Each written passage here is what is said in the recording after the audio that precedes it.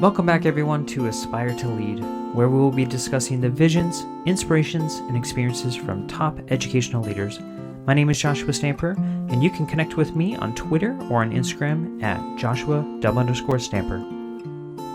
All right, Aspire to Lead listeners, we are off the chain today because we have a guest with us all the way from Canada. And I was thinking that he was actually going to bring some stability to this show, but it's gone off the rails before I even push record. So, Brad Hughes, thank you so much for joining me. But before we begin, this is the 28th Aspire Mailbag with the phenomenal Jeff Gargas, and I am so excited to have him join me once again. Buddy, 28, that sounds like a big number. Yeah, two things that are really interesting. One is the 28. Did you know, this is crazy how this lined up, that Brad Hughes is actually my 28th favorite Canadian? So that's interesting. Fascinating. Also, it was interesting when you said like all the way from Canada, and it just reminded me of, Brad, maybe the numbers of like where you're at, Brad. I'm pretty sure you're low enough where you're actually lower than like a certain percentage of the United States. So you're like actually like you're like trying to be down here more. That's right. Yeah. It's like a massive percentage of Canadians live actually below like Montana, right? Below the border, like because that's of the way right. Where I live in southwestern Ontario, Jeff and Josh, is on line with some parts of Northern California. So it's the California of the North right here in beautiful Ontario. That's one giant lie. Wow. Well, in Minnesota, I saw more snow than you typically do in a winter. Yeah, right now we're experiencing what we call false spring. So we have some above freezing temperatures. Other snow events are inevitable in April in this part of the world, but false spring will lead to a resurgence of winter, and then true spring will spring upon us. I think a lot of people don't realize, Brad, like around this, it's probably more right into May. From May to about September-ish, Ohio and where you're at in like Toronto-ish, Ontario area is like basically the same weather. And so, yeah, I think false spring is, I've never called it that, but I think that's accurate. Well, where I live, surrounded by the Great Lakes and in the Great Lakes Basin, that impacts the weather and the climate tremendously. Yesterday, I read about something called a pneumonia front, which races its way along Lake Michigan towards the Chicago area, where there is a huge change in temperature as cold winds and lake effect winds sweep towards the Chicagoland area. And it's incredible. I mean, just the changes in climate and the changes in temperature that can be impacted by the Great Lakes is pretty significant. Leave it to Michigan to bring negative things. Wow. That one was for Dave Schmidt. That one was for Dave Schmidt. Dave, yes, for all the Michigan listeners. That one's specific. All right, are we recording yet? We are recording, sir. Oh, okay, great. Just for those who have never had a chance to listen to the Aspire Mailbag, I just want to let you know that this is a way for us to answer questions from you, the listener, and we always answer 3 to 5 leadership questions. And today we have pulled from Twitter, Instagram, and Boxer, and we're going to be answering 3 wonderful questions, and really, I think, timely, because this is all in regards to the hiring season. So if you gentlemen are ready, I'd love to jump in. Let's do it. All right. So this one actually comes from someone who I just had coffee with. So I think it's really important because I think a lot of folks are going through this right now. And their question was, what are the pros and cons of applying for a leadership role in another district or state? So for those who may be going through the process, if they were maybe denied in past years and are looking potentially to go to another district or another state to get the role that they're seeking, what are the pros and cons for that? My initial thoughts go to the cons, because in my mind is going, well, there might be some different licensing things you have to follow, right? State to state. Obviously, like your standards might be different and change, and how you have to direct and lead your team. There's probably a lot of just like potentially rules, regulations, and or just culture things that are potentially going to be very different moving to another state, which can happen, honestly, Josh, just moving to another district that's not even that far away can be a lot of changes too. But I think more on the legislative side, like the licensure and things of that nature, I think that's a potential con. Like that could take some time, that could cost some money, that could be a pain in the butt, whatever. So that's something I think really to think about if you're thinking about moving states. I think on a positive note, I think, there's a fresh start piece to that, obviously. The growth that's probably potentially awaiting for you too, because you're going to have to go through all these changes and familiar with different things and stuff. So I think there's a positive there. Obviously, there's a con of the move, which Josh, about, right? So like there's that. So I almost I feel like I would weigh it more. Definitely there's more cons but it really depends on the reason why, right? Like, if you're moving to another state because you're trying to get closer to family, that's a huge positive. If just the area you're in is just not good for you mentally or your family or your kids mentally, it's the positive, then it far outweighs. But I think just kind of thinking through that and making sure you've thought through all the, I don't even know if cons is the right word, but just the stuff you're going to have to check off and the changes that are going to happen. I think that's where I would be thinking of and be focused on. So what's coming into your mind, Brad? Exactly what Jeff said, Josh. You got to be real about the reasons why you're seeking that change. And if they're family related, if they're related to your family's economy, well-being, health, closer to family, closer to aging, whatever the reason is, if you're changing districts because you are running away from something or someone that isn't conducive to your leadership in your district, you have to be honest that those problems may also be there when you arrive for the interview or in a different district. And so if there are aspects of your leadership capacity that need to be addressed, if there are aspects of your growth that need to be addressed, you have to be honest about the feedback that you've received if that's one of the things that's motivating you to make a change in district or state or province.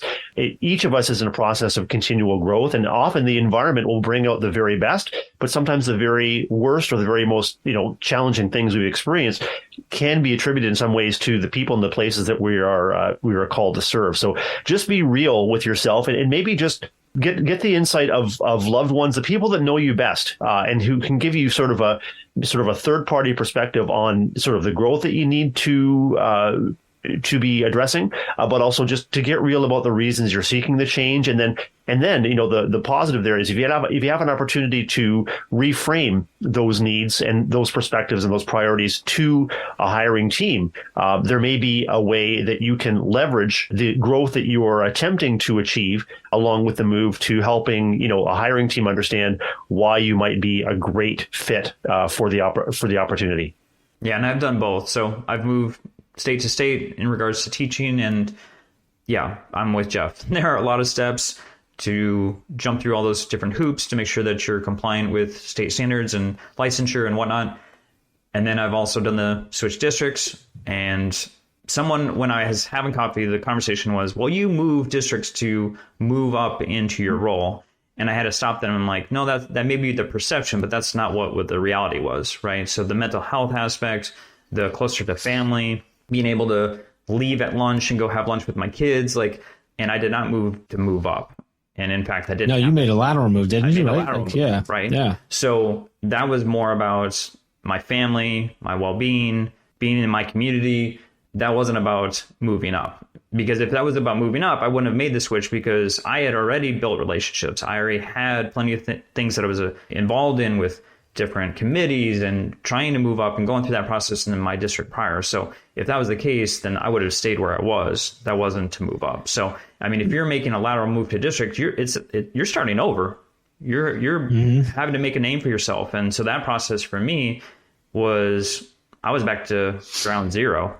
So that wasn't about moving up. Now, if you're going to a different district to get a principal job or a district job and you're moving upward, that makes more sense. If you're making a lateral, that's a yeah, you got it right. You're starting on the bottom as far as if you think about things like the seniority and the political capital and stuff Correct. like that. Josh, this sparked a question. Like when you moved from Minnesota to Texas the first time, that was you were our teacher at the time, right? No, is that where you were, or were you in AP yet, or were you not even in school yet?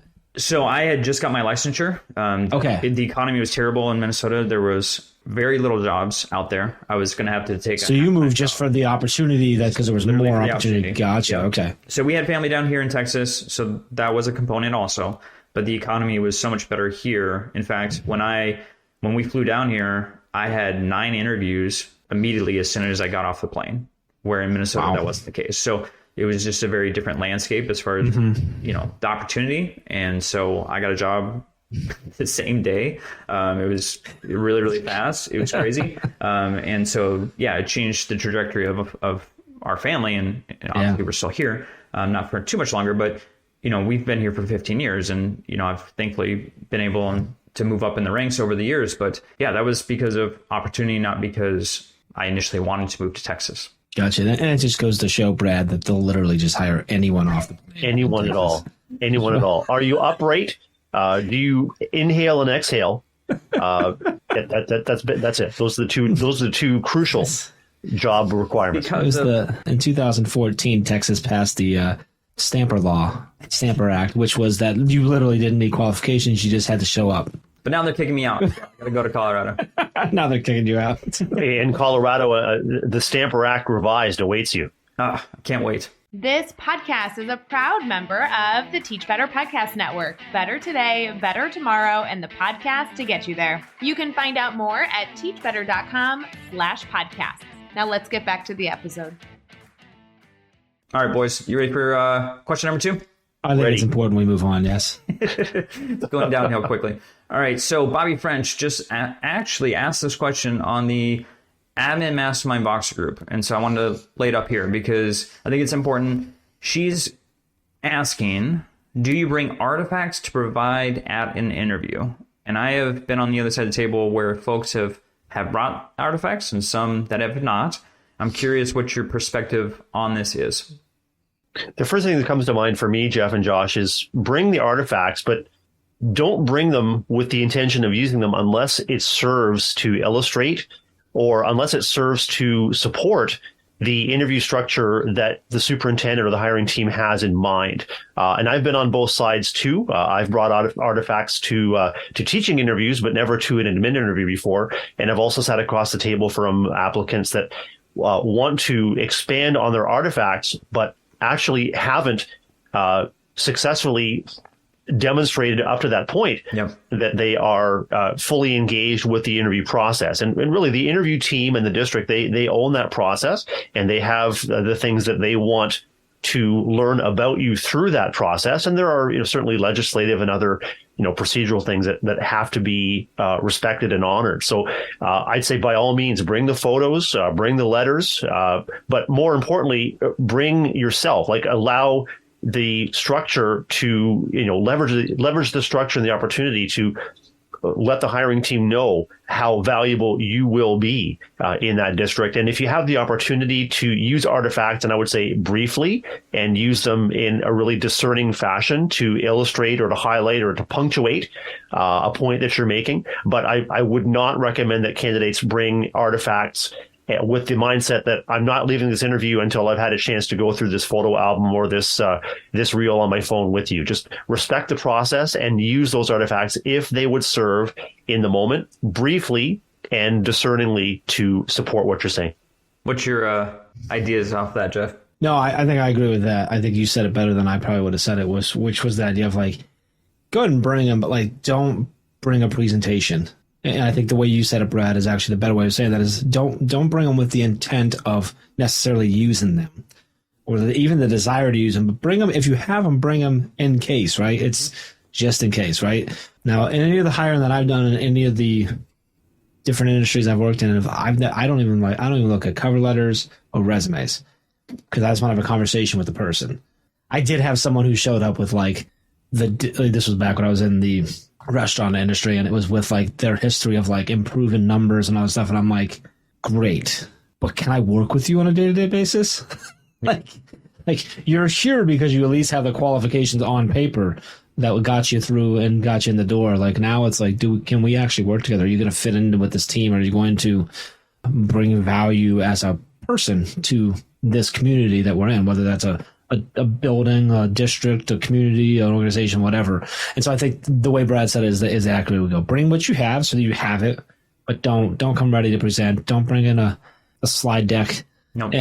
and stuff like that. But yeah, I think Brad said it much better than I did. So what was coming to mind, Jeff, is that so much can be shared and accessed electronically now. So 10, 15 years ago, candidates wouldn't be able to refer an interview team to a personal website where those artifacts, whether it's video, whether it's documents, whether it's photographs, why not post them and make them available to the interview team prior to, and you can refer to that treasure trove of artifacts online during the interview. And as you're wrapping up, you can say, I hope that I've given you all the information you need. It's essential that you know that you can learn more about me here, and you can leave them with that too. Because honestly, if you're a candidate that they want to know about, it's that they want to know it, it's likely that they're going to do their research on you before you even show up at that interview table. And so why not post the artifacts electronically and allow the interview team to access it as they need? Yeah, I just think, I think 100%, Brad. And your focus needs to be on being you and make sure that they feel and they understand you. Because to your point, like, you're probably not sitting there if they haven't at least checked out. Like, the artifacts they need, they've already looked at. They're not wasting their time otherwise. And at that point, they're, not to sound cliche, but they're buying you at that point. And everyone else who walked in that door for that same position, they probably have the same, similar, possibly better artifacts than you. So it's up to you at that point. So.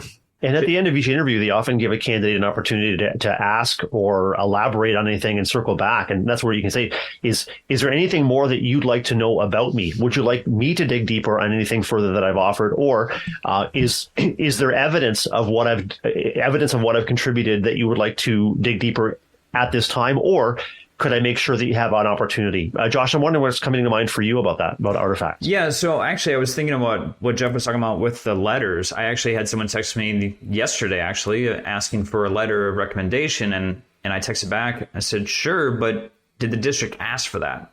And the response was no. So I was like, well, most districts don't have that as a process anymore. Like, when I would get that, I'll be honest, I'm with Jeff. Like, I was more interested in the conversation and having them go through the process that we had established than reading a letter that I knew was going to be glowing, because why else would they write it, right? So that wasn't something that I really took value in. So for me, it was like, well, and this is going to sound bad, but I don't want to waste my time doing that process if it's not needed to provide to you. And I think that's just as far as the process goes. Like, so much has changed as far as, and maybe that's because we're in a digital age, but I'm with you. If you have the artifact, you bring it with, or you have it digitally, you can always provide that on the spot through an email, providing a link to something. A lot of folks have a lot of things online where they have their portfolio established so that it's just a link that can be shared, or maybe it's on their resume. So, there's other opportunities to be able to provide that information if asked. But I will tell you, I've been in plenty of interviews that it was a turnoff when someone was very forcibly trying to provide something that they talked about. I felt like I had an understanding of it, but they still wanted to show and extend the interview. And I felt like it made the candidate look worse than if they would have just gone through the interview process. I think as an interviewer at all times, I want candidates to help me and my interview partners. I guess I want them to paint a picture of what life in a school or in a district would be like with them. Where's the value added? Help bring that to life for me. Paint me a picture. Help me to imagine the impact that you would make. Mm-hmm. Sometimes artifacts could support that, but like you said, Josh, sometimes there's sort of a little bit of a dark side in that you're relying on pictures or video or letters to speak for you. It's essential, I think, as a candidate being interviewed, especially for a leadership or a district position, that you are prepared to bring your contributions to life for the interview team, leaving them with no doubt about your capacity and your willingness to serve and to learn. And then if they choose to seek some backup, whether it's through photos or videos or letters of recommendation, then they can do that. But as a candidate, I think that's crucial, is be prepared to bring your contributions to life. Even imagine yourself in the role and leave that interview team with no doubt about your contributions. I'm going to pause for a moment to let you know that this episode is brought to you by Papa Rob's Coffee. This is by far my favorite coffee in the world because it is incredibly fresh and tastes amazing. Head over to paparobscoffee.com to see the many varieties of wonderful medium and dark blends. And when you check out, of course, don't forget to use the code ASPIRE15 to get 15% off your entire order. This is only for Aspire to Lead listeners, so make sure you take advantage of this code. Now, back to the episode. All right, guys, let's go to question number 3. This is from our buddy, Alex Valencic. He's asking, what do you think of aspiring leaders applying for positions for which they meet the qualifications, however, they are skipping some traditional steps? So, for example, you are applying for a central office administration position, but you've never served as a building principal or maybe assistant principal. I can jump in and ask again, what's the purpose? What is the purpose? What's your end goal? Are you, I wonder if you're looking to explore that opportunity from the perspective of the interview process. I'm wondering if you're looking for feedback, if you're successful or unsuccessful. What's the purpose of you doing that? If you were a candidate who has 70, 75, 80% of the skills and qualification necessary, some other things can be taught or learned.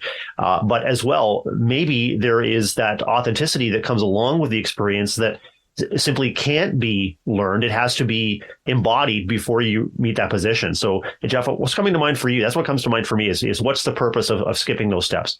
Yeah, I think that's a great way to put it, as the purpose. And I think some of this, my answer would depend on the person, their previous experience, the size of the district, and the type of roles it is, right? Because I think there's a very strong case being made, and I would agree with it a majority of the time, that you're going to be more effective in any kind of leadership position in a school district if you went up the line, because you got the experience of the people that you were then attempting to lead. But in some larger districts, some of the central office roles are just so not connected to the classroom that I don't feel you need to. Is it still a benefit? Probably, most of the time, right? Might 9 out of 10 times, but there's some people that are just in a better cutout, better personality, better passions that they have, where they just are going to work better in a district office. And I guess my thing is I'll use Alex. I don't know if he was talking about himself or just asking a question up. Like, if Alex has all the necessary skills, personality, and joy and love for a role that's central office, and is not the greatest fit for, let's say, a building principal, is it really the best thing for kids to make him be a building principal for a couple years? It might be the best thing for him.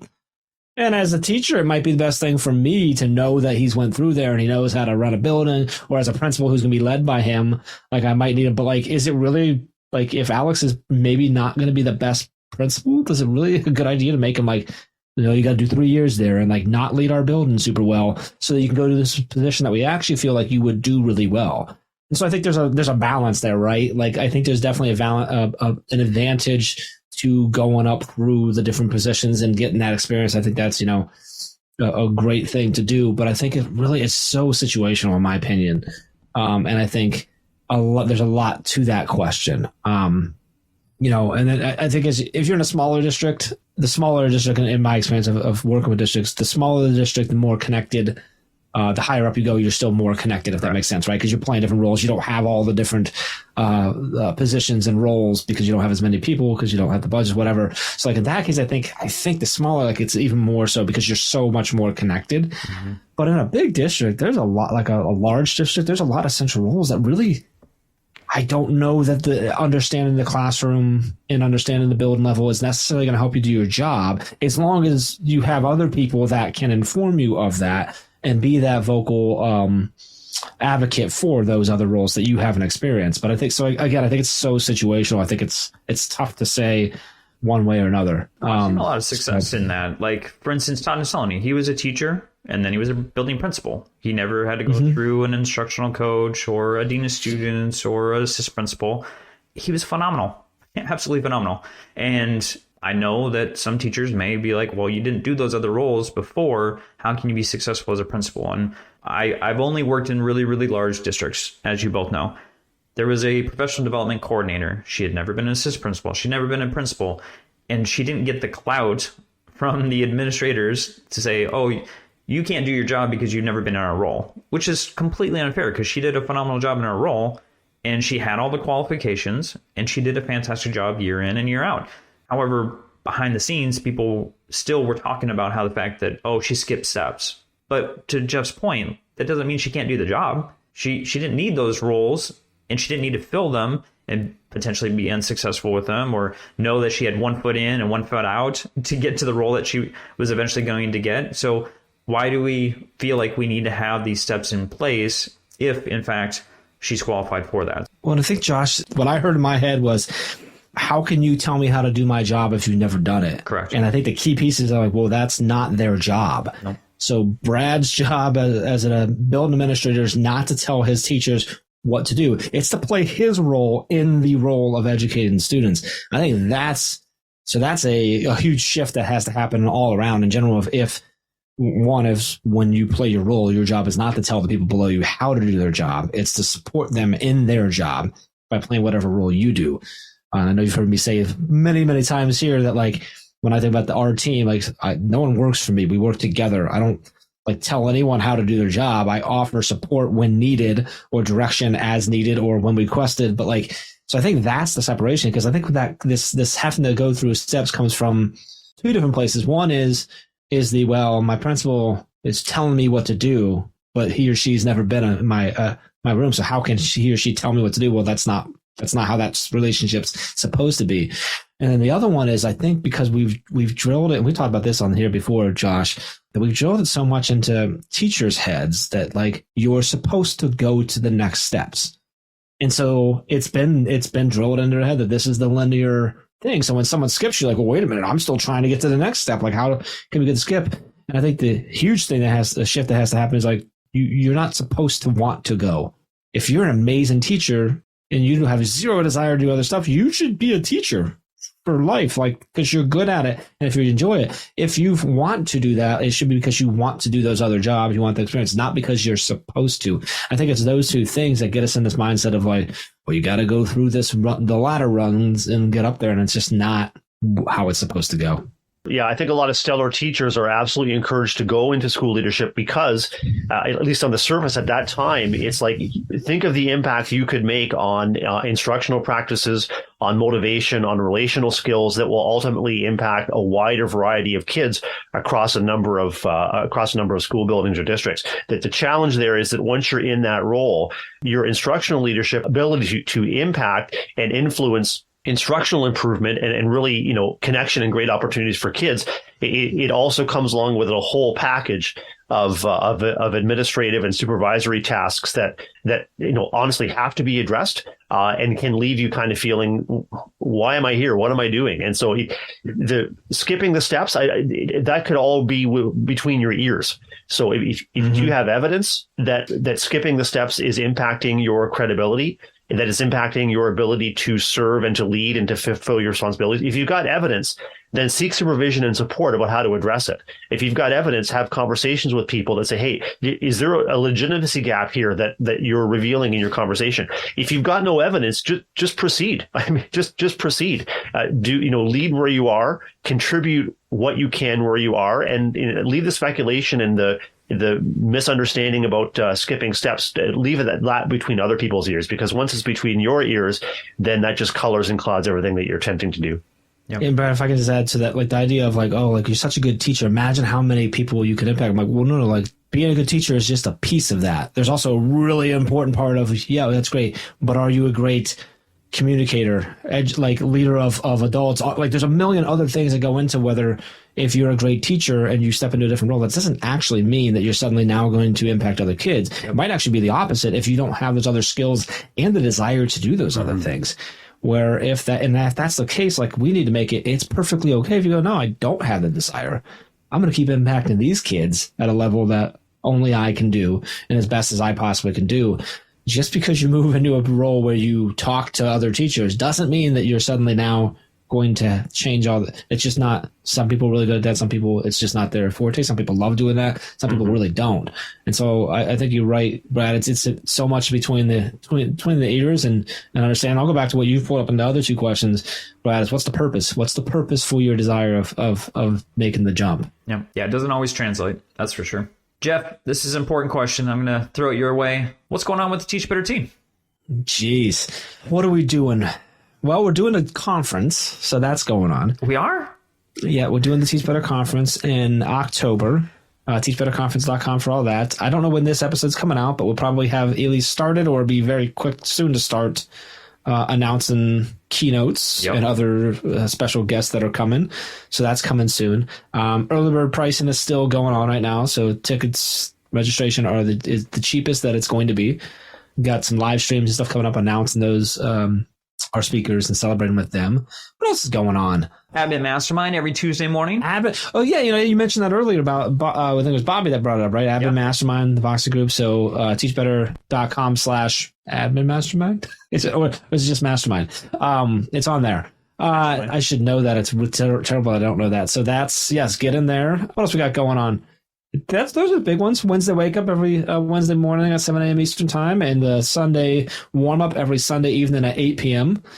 We've had an influx of awesome blog posts coming in from our guest bloggers, so a lot of content to read over at teachbetter.com. But I think the biggest thing right now is definitely the conference. So come hang out in October with us, teachbetterconference.com for all of that, and let us know if you need to bulk order as an administrator, or if you need letters to your admin, or need to pay by PO, or any of that stuff. We can accommodate you. So, and then make sure that you head over to Podcast Row and join Brad and I. Yes, as we take that space over again. So excited about that. Not only to interact with podcasters, but I benefited so much just from hearing the podcasters and interviewing, the conferees and others. Like, these folks are the real deal. There's authenticity, and there's such a desire to serve and contribute. It's an awesome experience. 100%. My favorite conference by far, October 20th and 21st. Make sure you go over to teachbetterconference.com. We'll have the link in the show notes. Cannot wait to see everyone in person again. And if you're looking for a boost, I guarantee that experience will get you ready for the following year. So thank you, gentlemen, both of you, for joining me for the Aspire Mailbag. I'm so excited to get this published, and I know this is going to help a lot of folks that are going through that interview process. Great to be with you. Thanks, Josh. Thanks, Jeff. Appreciate you, brother.